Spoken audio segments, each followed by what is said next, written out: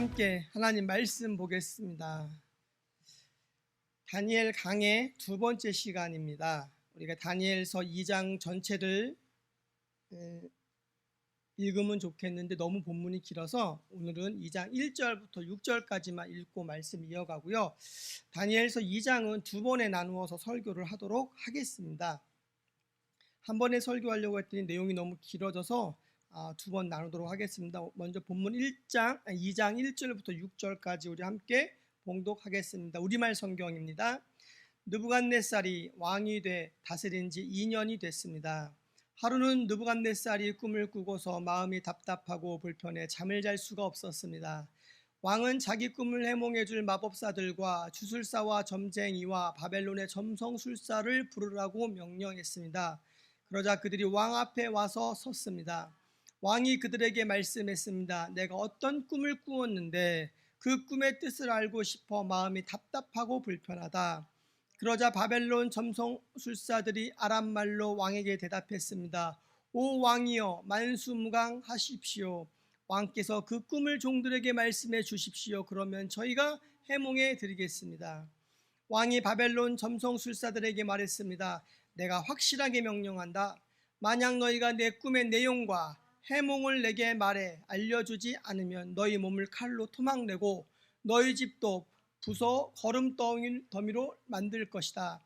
그러나 만약 너희가 내 꿈의 내용을 말하고 해몽한다면 나는 선물과 상과 크고 영광스러운 명예를 주겠다. 그러니 그 꿈과 해몽을 한꺼번에 말해보라. 우리 다니엘서 강의 두 번째 시간입니다.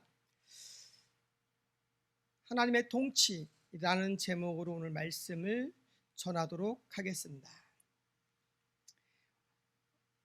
세상이 아무리 사악한 통치자가 다스리는 곳이라 할지라도 하나님의 그 통치와 다스림은 멈추지 않는다. 이것이 그 다니엘서가 시종일관 주장하는 가장 중심되는 핵심 메시지입니다.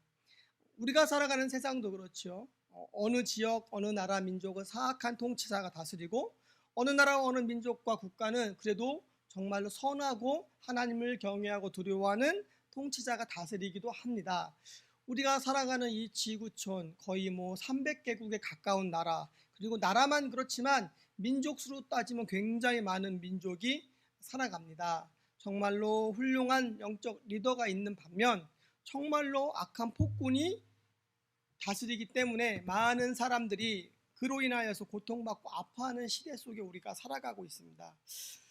그러나 그 가운데에서도 하나님의 백성은, 하나님의 자녀들은 신앙의 절개를 지키며 우리가 믿음으로 반응하며 나아갈 때 결국에는 고난의 과정들은 있지만 승리할 수 있다는 것, 그것이 다니엘서 전체가 우리에게 주는 메시지고요. 7장부터 본격적으로 예언적인 계시의 말씀들이 이제 선포되어지는데 그 이후의 말씀들도 크게는 이 맥락을 갖고 이해하면 될 것 같습니다.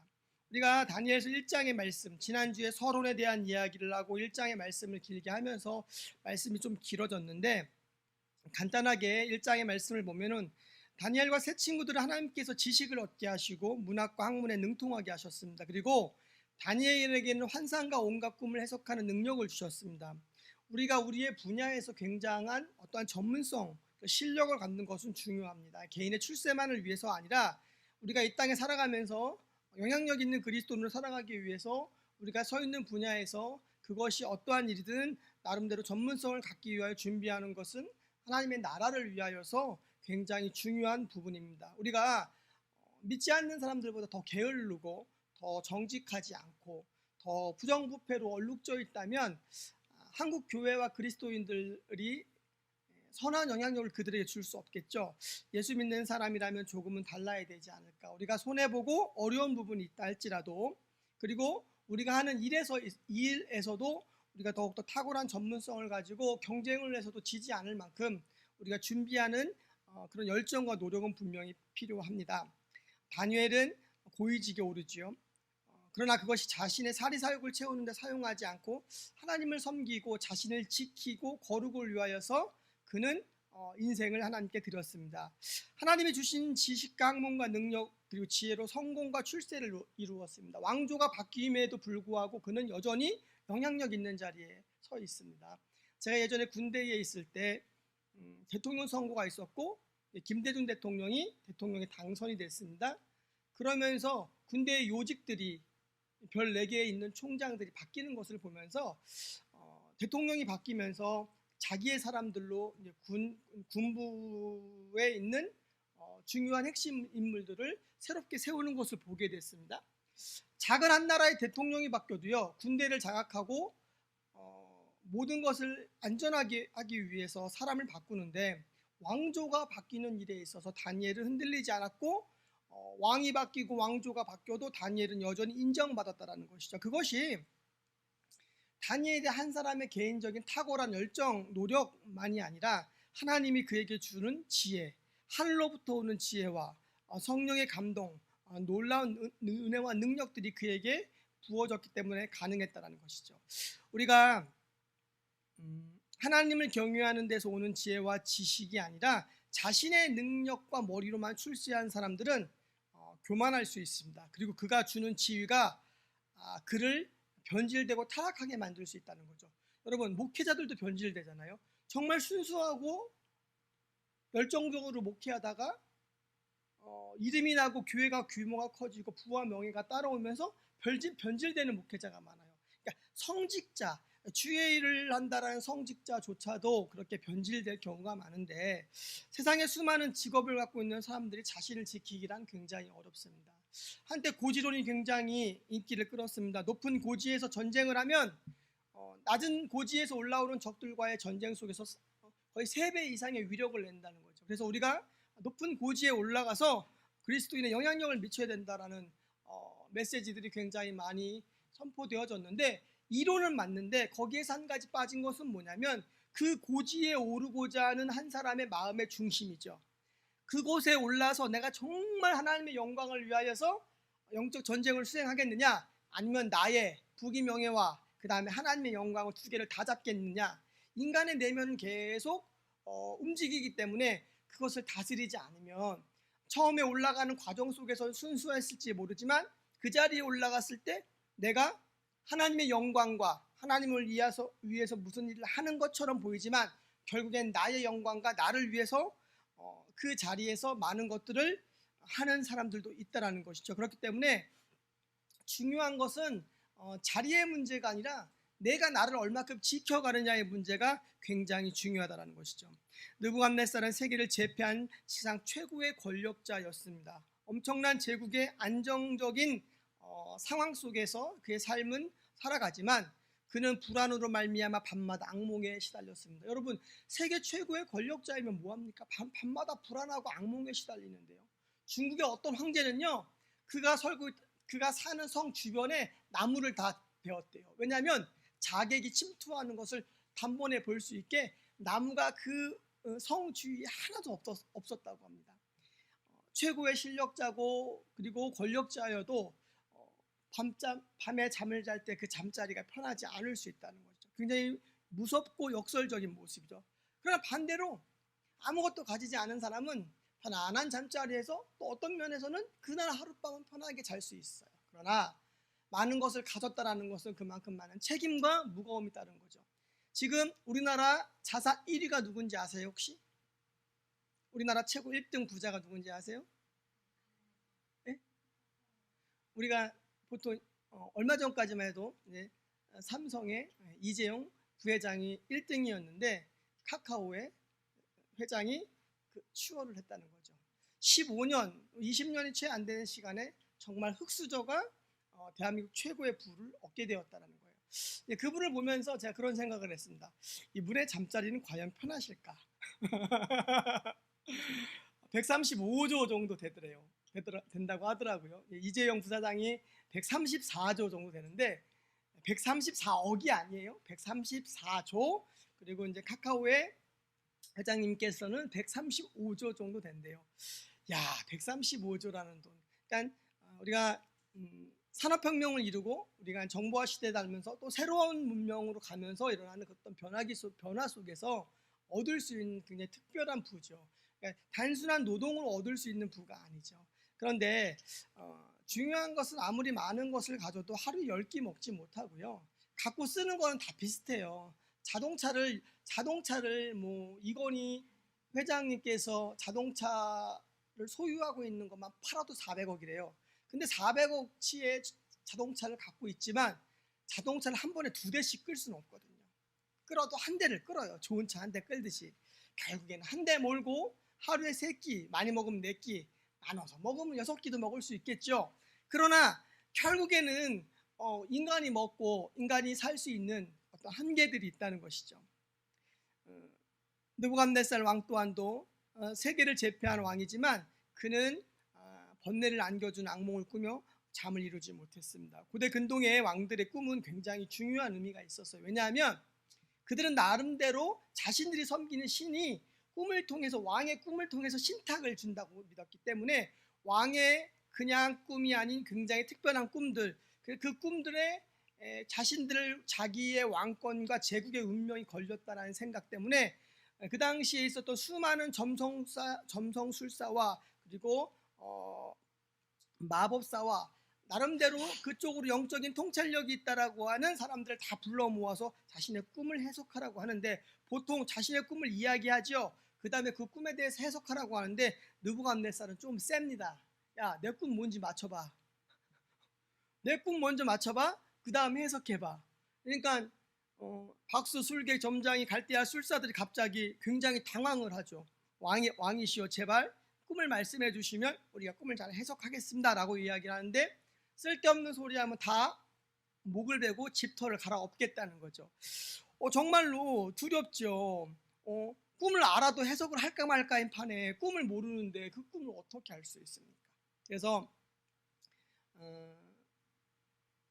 굉장히 많은 일들이 이제 그들 사이에서 지금 아주 바삐 일어나고 있는데, 그런 여파들이 다니엘과 그 세 친구들에게까지 이제 미쳤다라는 것이죠. 다니엘과 세 친구들도 결국에서는 오늘 본문을 볼 때 그들이 점성술사와 박수와 술객과 같은 그런 종류의 바벨론의 또 다른 학문들을 깊이 공부하여 그런 쪽에 일을 했었던 역할을 감당했다는 거죠. 지금 상황에서는 지금 대한민국에 목회자가 몇 명인지 아십니까?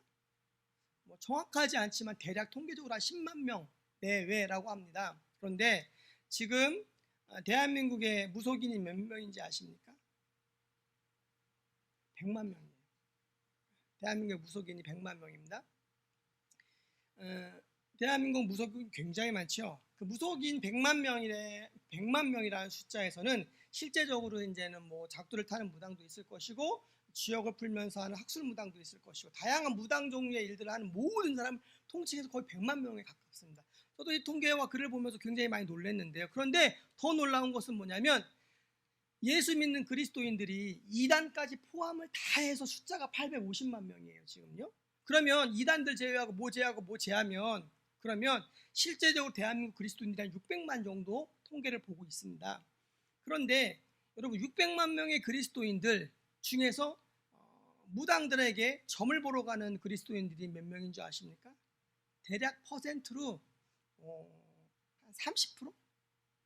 10명이면은 두세 명, 적어도 두세 명씩은 무당에게 뭘 물어보러 간다는 거죠. 심지어는 권사님들도 계십니다. 권사 떼야죠. 권사를 떼야 돼요. 자신의 장래와 이성관계, 가정문제, 확신이 오죽 없었으면 예수 믿는 사람이 우주 만물을 창조하신 아버지 하나님 나의 아버지로 고백하며 예수님을 구주로 고백하고 성령의 전으로 내 몸이 거룩한 전이 되어 성령이 내 안에 계시는데 내 안에 계신 하나님께 묻지 아니하고 얼마나 답답하고 한심하면 귀신에게 붙들려 있는 악한 무당들에게 가서 자신들의 앞날과 자신들의 가정과 자식과 사람들의 앞날을 묻는 사람들이, 구약에서는요 그런 박수와 무당과 술객들을 돌로 쳐서 죽이라고까지 이야기했고요. 극단적으로. 지금은 무당을 그렇게 하면 안 되죠. 그건 이제 그 당시에 문화적인 역사적인 배경 상황들이 있기 때문에 그렇게 이해를 하셔야 되고요. 그렇게 묻지 말라고 분명히 말씀하셨고 우상 숭배하는 것이 가장 하나님께서 원하지 않는 것이라고 말씀하셨는데, 그렇게 하나님께서 그런 죄악을 싫어하시는데 이 땅의 그리스도인들의 최하 20%에서 30% 되는 사람들이 무당을 찾아가서 자신의 인생을 기륭화복을 점친다라는 것이죠. 여러분 분명히 기억해야 합니다. 계시를 하나님이 주시는 겁니다. 그런 잡신에게 붙들려 있는 무당들도 맞출 수가 있습니다. 맞출 수가 있는데 그러나 그들이 맞출 수 없는 게 있어요. 과거의 행적은 맞출 수 있지만 미래의 행적은 온전히 다 맞출 수 없는 경우가 굉장히 많습니다. 제가 예전에 우연히 친구들과 어디 여행을 갔다가 친구의 친구로 알게 된 분이 아니고 자매가 아니라 어떤 여자가 있었는데 갑자기 그 여자애가 우리가 이제 차를 마시고 대화를 하는데 이상한 소리를 막 해요. 제 친구 얘기를. 그래서 제 친구가 저에게 너 쟤한테 내 얘기 무슨 얘기했어? 그러는 거예요. 야, 오늘 만났는데 내가 네 얘기를 쟤한테 왜 해야 돼? 안 했지 당연히. 나하고 조금 이렇게 대화가 통해서 얘기를 했을 뿐이지 아무 얘기 안 했지. 근데 그 친구가 제 친구에 대해서 아는 얘기를 막 줄줄이 읊는 거예요. 그 안에 분위기가 너무 싸한 거예요.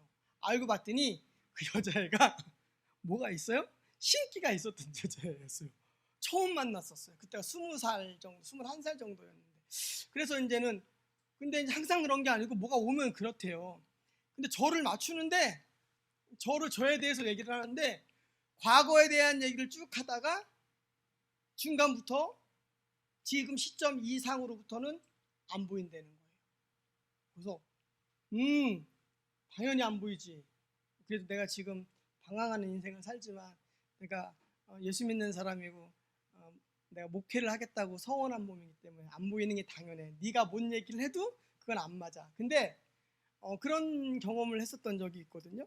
그러니까 굉장히 사람들이 마음이 혹해요. 그 과거의 일들을 맞추니까 미래의 일들도 그 사람들의 이야기에 끌려가는 일들이 생긴다는 거죠.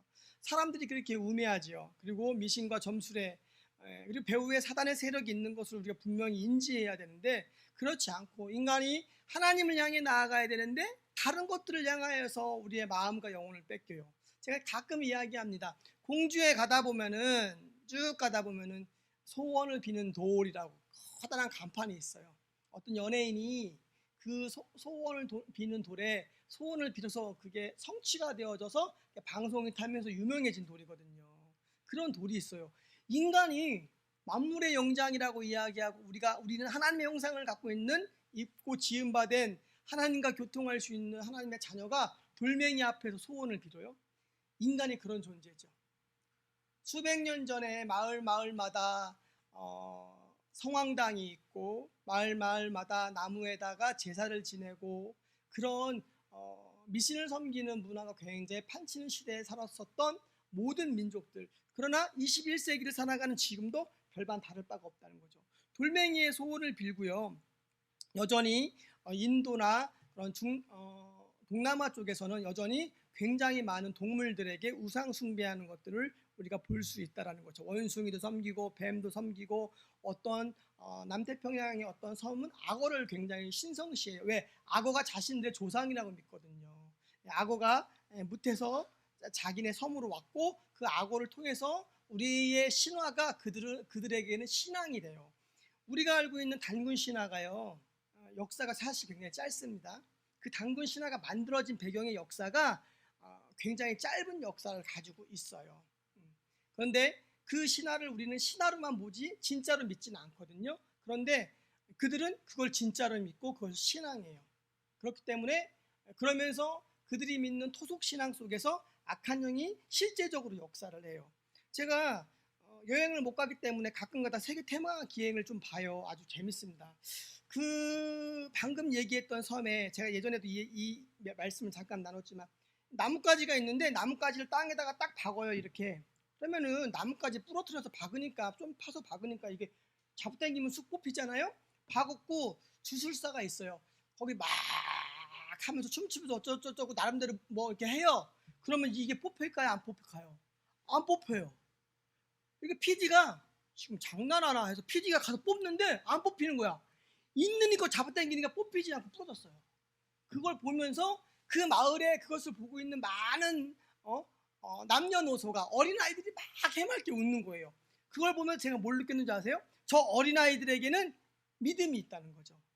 그 마을을 지키는, 그 부족을 지키는 신, 그리고 그 우리로 이야기한 무당, 그들 이름으로 이야기하면 주술사가 하는 그 행동 모든 것들에 철저한 신앙이 그들 어린아이들의 마음 가운데 배겨 있다는 거죠.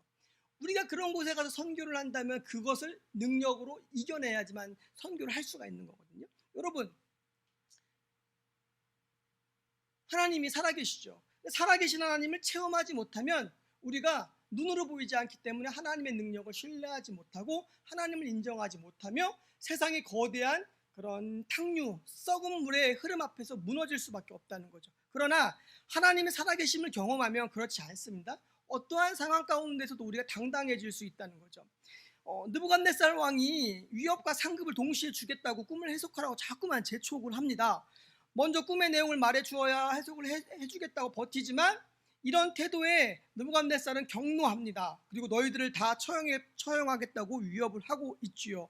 이런 여파들이 다니엘과 세 친구들까지 임하게 되고 미치게 되면서 다니엘이 세 친구들에게 중보하자고 이야기하면서 시간을 벌기 위해서 이야기하고 그 다음에 그들이 다니엘이 가서 하나님 앞에 기도하기 시작하죠. 그러면서 느부갓네살 왕이 꾸었던 꿈의 내용이 무엇인지 알게 되고 하나님이 그 꿈에 대한 내용들을 하나씩 둘씩 셋씩 넷씩 해석을 하게 되죠.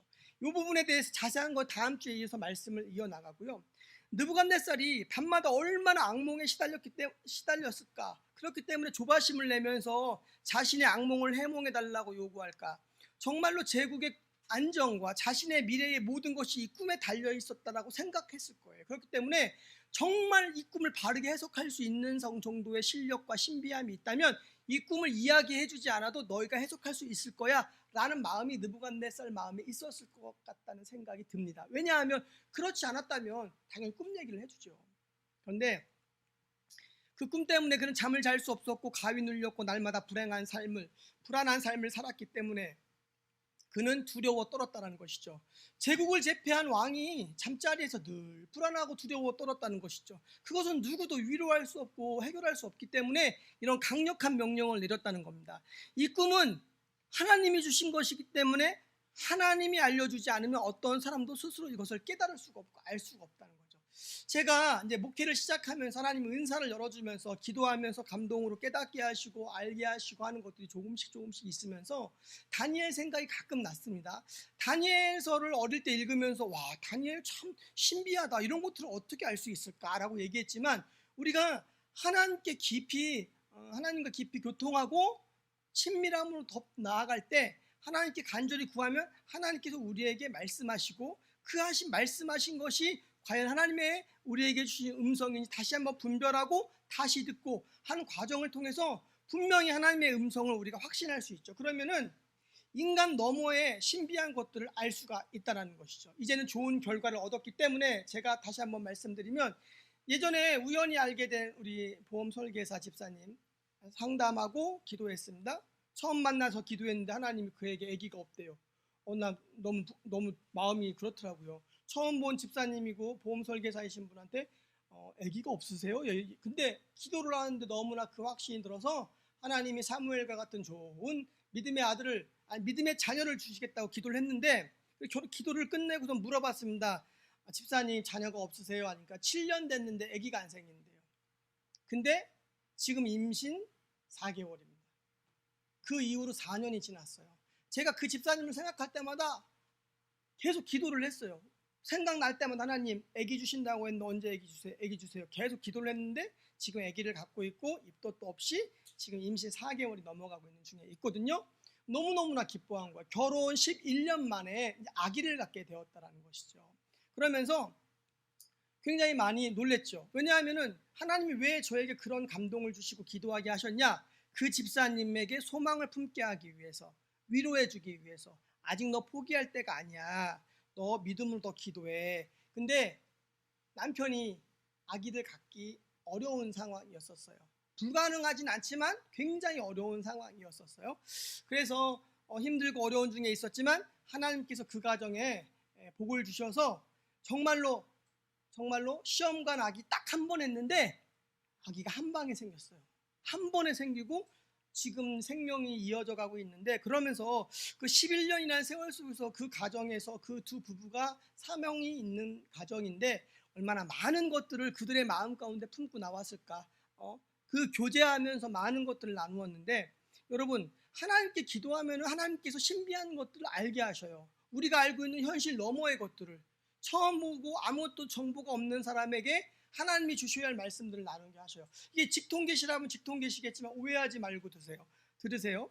분명히 하나님께서는 우리 가운데 오늘도 성령으로 직접적으로 교통하실 수 있어요. 항상 그렇게 모든 것들을 그렇게 신비적으로만 추구하면 문제가 될 수 있지만, 하나님이 필요한 때에 필요한 방법으로 사람들에게 중보하며 말씀하시고, 또한 선포되어지는 말씀과 기록된 말씀으로 말씀하시고, 믿음의 공동체 안에서 서로에게 들어야 될 이야기를 나누면서 말씀하시고, 찬양과 기도 가운데 성령의 감동으로 깨닫게 하시고 말씀하시고, 하나님은 다양한 통로로 우리에게 말씀하실 수 있다라는 것입니다. 여러분,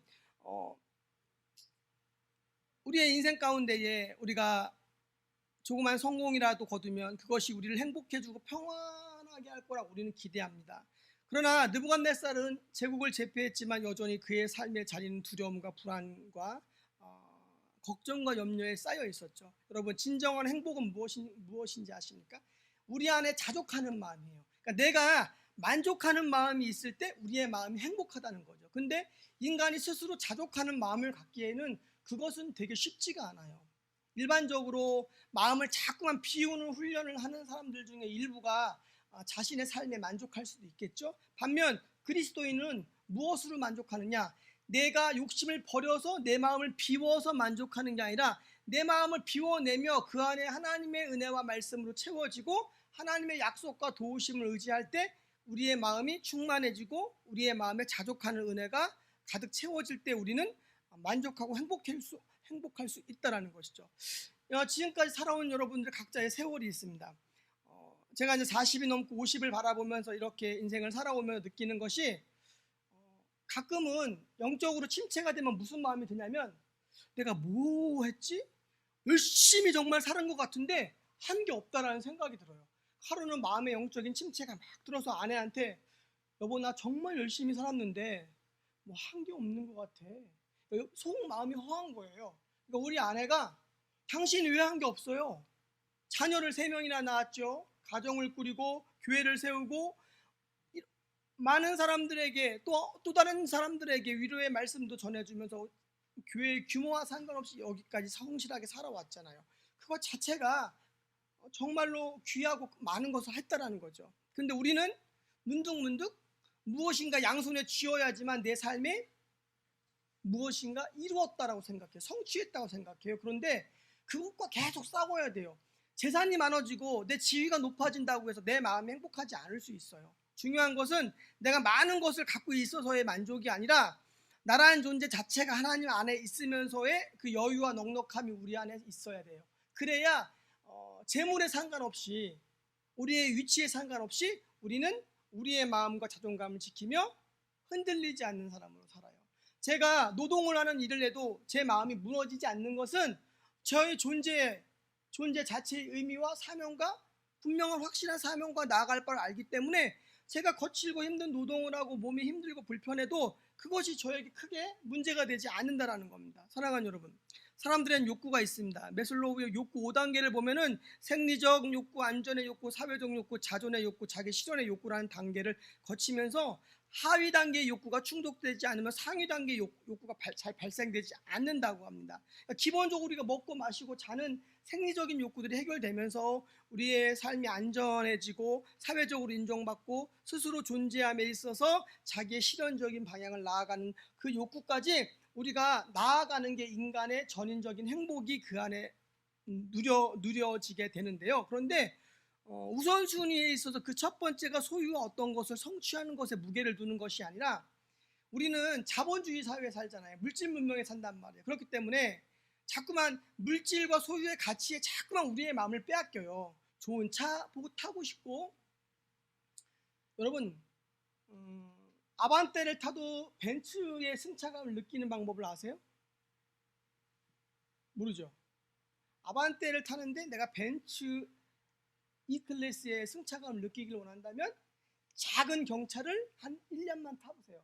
그러면 아반떼를 딱 타는 순간 벤츠 E클래스의 느낌을 계속은 못 받아요. 계속은 못 받지만 순간은 받을 수 있어요. 한 달 정도. 예?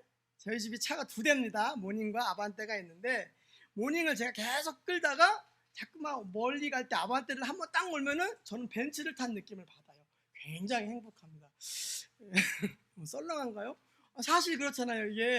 이게 작은 차를 타다 조금만 큰 차를 타도 되게 안정감이 있어요. 근데 계속 타면은 만족감이 없어요. 사람의 만족감은 끝이 없다는 거거든요. 그러니까 주신 것에 만족함. 그런 것을 우리가 이렇게 내 안에 자족함으로 누려가는 거 되게 중요해요. 그런 소소한 기쁨과 행복들이 있거든요. 제가 하나님을 향한 그 사랑과 감격이 굉장히 깊이 경험했던 시간들이 있었습니다. 신학교 입학하고 굉장히 힘든 시간들이었는데 하나님의 은혜가 얼마나 컸는가 하면은 건강과 재정적인 상황들이 굉장히 어렵고 신학교 생활들이 쉽지 않았는데 정말 하나님 앞에 많이 기도하고 은혜를 깊이 체험했어요. 바람이 불어도 나뭇잎이 흔들리는데 나뭇잎이 흔들리는 소리가 사각사각 나는데 그 소리가 하나님을 저 나뭇잎들이 나무가 하나님을 찬양하는 소리로 제가 느껴지는 거예요. 그리고 햇빛이 쫙 비치는데 저희 학교 신학교 정문에 하나님 말씀이 딱 한 줄 걸려 있는데 시편의 말씀이었어요. 근데 그 말씀이 이 가슴에 너무 깊이 와닿는 거예요. 하나님을 사모하라라는 그런 뜻의 내용의 말씀이었었어요. 제가 장절을 외우지는 못했는데 그러면서 하나님이 이 하늘의 햇빛을 탁 비춰주면서 저 플랜카드에 걸려있는 저 말씀으로 내게 말씀해 주시는 것 같은 감동을 받았어요. 너무 이루 말할 수 없는 구절구절 속에서 하나님 말씀해 주셨어요. 때때로 불평과 원망을 해요. 하나님, 악한 놈들은 왜 이렇게 잘 먹고 잘 살아요? 신경질 나 죽겠어요 라고 공부하다가 책을 보다가 화가 나갖고 화장실 가서 볼일을 딱 보는데 소변기 앞에 뭐라고 써 있는가 봐. 너는 악인의 형통을 부러워하지 말라 딱 써 있어요. 기가 막히죠. 네? 너는 악인의 형통을 부러워하지 말래요. 악인의 형통함은 결국에는 바람에 나는 겨와 같거든요. 제가 그 순간에 하나님은 과연 정의로우신가 신정론에 관한 글들을 보고 세상이 돌아가는 꼴을 보니까 속이 터져서 막 이걸 하고선 갔더니 그 말씀이 있는 거죠. 그러면서 하나님 너무 놀랍습니다. 공부하면서 하나님의 말씀으로 구절로 인도함을 많이 받았는데 심지어는요 이웃에 있는 한남대학교 도서관에 갔는데 그 도서관에 그렇게 여러 번 갔는데도 그 도서관 올라가는 길에 엄청나게 큰 성구 액자에 그 말씀이 있는지 몰랐어요. 그때도 어떠한 의문에 부딪혔는데 그 의문을 푸는 다 그 말씀이 거기 새겨져 있는 거예요. 그런 경험들을 굉장히 많이 했거든요. 그러면서 순간순간 어렵고 힘들 때 또한 신앙적으로 흔들리고 의문이 생길 때 어려운 죽음과 같은 터널과 고난의 시간을 보낼 때 하나님이 다양한 통로로 저에게 말씀을 걸어오시고 하나님께서 뜻을 깨우쳐 주셨다라는 거죠. 그러면서 하나님이 주신 그 은혜의 빛이 너무나 감사해요. 그러면서 처음 크리스마스를 맞게 됐어요. 은혜를 받으면서. 크리스마스인데 제 평생에 수많은 크리스마스를 맞았는데 그 해의 크리스마스는 너무 감격적이에요. 내가 길에 걸어다니는 사람들을 바라보면서 막 한 명 한 명 너무나 사랑스럽고 예쁜 거예요. 와, 저를 위하여서 예수 그리스도께서 죽으셨구나. 저 사람을 위해서도 예수님께서 죽으셨구나. 나를 사랑하시는 주님이 저도 사랑하시는구나. 그러니까 모든 사람들이 예쁘고 내가 하나님 앞에 무엇인가 드리고 싶은데 드릴 게 하나도 없는 거야. 정말로 이 가슴이 절절한 마음으로 하나님 앞에 나와 그때 이제 전도사로 섬기는 작은 개척교회에 가서 하나님께 예배드리고 내 마음을 드리고 훈련되어지지 못해서 굉장한 많은 시간을 방황했는데 그 방황했던 시간들이 하나님 앞에 너무나 죄송하고 부끄러운 거예요. 그래서 내가 다시 살아도 그렇게 살 수 없을 만큼 열심히 살았고 방황했던 시간들을 하나님께 보상해드리고 싶은 마음으로 정말 뒤도 돌아보지 아니하며 걸어가기 힘든 그 길을 앞만 보면서 걸어갔다라는 사실이죠. 그게 제가 특별해서가 아니라 하나님이 준비되지 않은 저를 은혜로 붙들고 세우기 위한 과정 속에서 저에게 은혜를 부으셨기 때문에 제가 그런 마음과 그런 것들을 체험할 수가 있었다라는 겁니다. 여러분, 자신의 마음을 닦는 저 산속에서도 진짜 돌을 닦겠다고 이야기하는 스님들도 자신의 욕심을 내려놓고 자신의 내면의 것들을 정리하면서 소유의 초월한 삶을 살아가는데 우리는 그리스도인이잖아요. 영원한 하나님의 나라가 저와 여러분들의 것이고 하나님께서 우리 가운데 기도할 때 응답하겠다 말씀하셨고 그런데 우리는 그들만도 세상을 살아감에 있어서 두려워 떨며 살아갈 때 많아요. 뭐 스님들은 산속에서 걱정할 게 없으니까 한 몸 먹고 살아가니까 우리는 처자식이 있고 사회적으로 많은 것을 감당해 가니까 뭐 그렇게 변명도 하지만 그러나 우리는 만왕의 왕이신 하나님 우리 함께 계시잖아요. 하나님의 크심을 잊으면 현실의 무게가 크게 느껴져요. 현실의 느부갓네살의 위협이 크고요. 현실에 살아갈 수 있는 많은 어떠한 압력들이 우리를 죽일 수밖에 없고 두려움과 공포를 떨 수밖에 없게 만들지만, 그러나 하나님의 크심을 알면 우리의 삶 속에 일어나는 수많은 일들 속에서 우리가 당당할 수 있다는 거죠.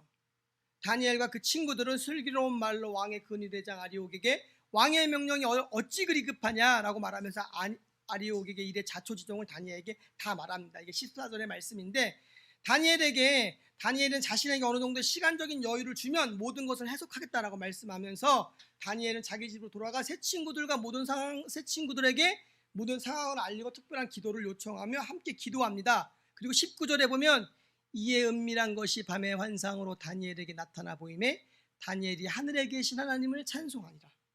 다니엘에게 하나님이 임재하셔서 무엇인가 말씀하셨죠. 갈대아 술사들이 인정한 것처럼 느부갓네살의 꿈은 육체적 제약을 받지 않으시는 하나님만 꿰뚫어 볼 수 있는 신비한 영역이었습니다. 하나님이 모든 것을 알고 계셨고 그 하나님께서 다니엘의 기도 가운데 환상으로 응답하셔서 다니엘은 살아계신 하나님을 경험하고, 그리고 경험함으로 말미암아 느부갓네살의 꿈을 내용을 알게 되었고, 그 꿈의 내용이 어떻게 진행되고 해석되어질 것인지에 대해서도 하나님께서 알게 하셨다는 거죠. 다니엘과 하나님과의 그 깊은 교제가 있었기 때문에 가능하고, 하나님을 향한 깊은 신뢰의 마음이 있었기 때문에 가능한 거죠. 느부갓네살 왕에게 시간을 주면 왕의 꿈에 대한 해석을 하겠다고 약속한 자신감, 그런 위기를 이기게 한 힘, 하나님에 대한 깊은 신뢰의 마음이 다니엘이 하나님께 나아가 구하면서 느부갓네살의 정권 아래, 그의 소유 아래, 지배 아래 살아가는 것이 전부인 것처럼 보이는 삶을 살아가지만, 그러나 하나님 살아계시기 때문에 하나님께 기도하며 하나님 앞에 나아가는 과정 속에 있다는 겁니다. 오늘 말씀이 거의 마무리되어 갑니다. 이런 느부갓네살 같은 사람들이 때로는 아랫사람들일 수도 있고 윗사람들일 수도 있어요. 우리에게 어려움과 부담감을 줄 수도 있고, 그런 사람들로 인해 우리가 수많은 위기에 놓일 수도 있다는 것이죠. 그러나 그런 순간이 우리에게 찾아올 때 우리가 좀 당당하고 하나님 앞에 나아가는 과정 속에서 돌파구를 하나님이 주시는 지혜로 찾아가야 되죠. 제가 오른쪽 손가락 가운데가 접히지가 않아요. 제가 한 3일 됐는데 일하면서 이쪽에 근육과 힘줄이 약간의 문제가 생겨서 손가락이 접히지 않아요. 어머니가 걱정하실까봐 제가 얘기를 안 하다가 이 얘기를 하면서 이제 지금 하는 일을 그만두고 다른 일을 찾아야 되겠다라는 생각도 하고 있거든요. 그런데 왜냐하면은 이제 몸이 한계가 왔으니까, 그 전에도 한약국에서 일을 하면서 팔을 많이 썼고 팔의 통증도 계속 있었고, 그런데 순간 제 마음에 스쳐가는 마음이 무엇인 줄 아세요? 갑자기 직장을 그만두면 한 달 또 생활해 가야 되는데 이거 어떡하지? 하는 순간의 마음에 걱정이 들더라고요. 그러면서 오늘 말씀을 준비하는데, 이야, 설교할 자격이 있냐? 라는 생각이 들어요. 그런 마음의 걱정이 스쳐 지나가더라고요. 다니엘은 더 큰 위기와 압력 속에서 하나님 앞에 나아가 자신의 문제, 자신의 겹겹이 쌓여있는 상황을 이겨냈잖아요. 저도 지금까지 살아오면서 수없이 많은 문제 앞에서 하나님이 여기까지 오게 하셨잖아요. 손이 불편해서 지금의 직장을 그만두게 된다 하더라도 하나님은 분명히 일하셔서 그 다음 문제를 풀어가실 거예요. 그런 믿음이 저에게는 있어요.